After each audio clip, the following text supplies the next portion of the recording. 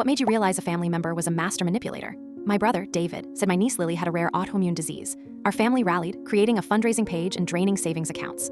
Over 2 years, we gave him more than $50,000 for her specialized treatments at a clinic hours away. He was so convincing. He'd give us these vague, heartbreaking updates about her struggles, about how the expensive medication was her only hope. My mom was a wreck. I started getting suspicious when I offered to go with him to an appointment. They only allow one parent in, he said quickly. It's a sterile environment. It was a flimsy excuse, but I let it go. The real red flag was when my dad offered to pay the clinic directly. David got defensive, angry even. "Don't you trust me?" he yelled. "It's too complicated with the insurance coding." That's when I knew something was deeply wrong. My hands were shaking as I looked up the clinic he'd mentioned. I found their number and called, my heart pounding in my ears. I explained I was an aunt trying to coordinate a family care package. The receptionist was friendly.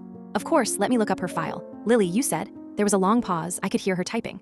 "I'm sorry," she said, her voice gentle. "We have no patient by that name. We've never had a patient by that name." The world tilted. It wasn't just a lie, it was a fabrication built on his own daughter's health. I printed out our family's bank statements, highlighting every transfer to David. I called a family meeting without him. I laid everything out on the dining room table. The silence was heavier than any screaming match. My dad just stared at the papers, his face pale. The confrontation wasn't explosive. It was quiet and devastating. David confessed everything, the gambling debts, the lies. There was no rare disease. Lily was perfectly healthy. He's in a court-mandated recovery program, and every paycheck is garnished to repay what he stole from his own daughter's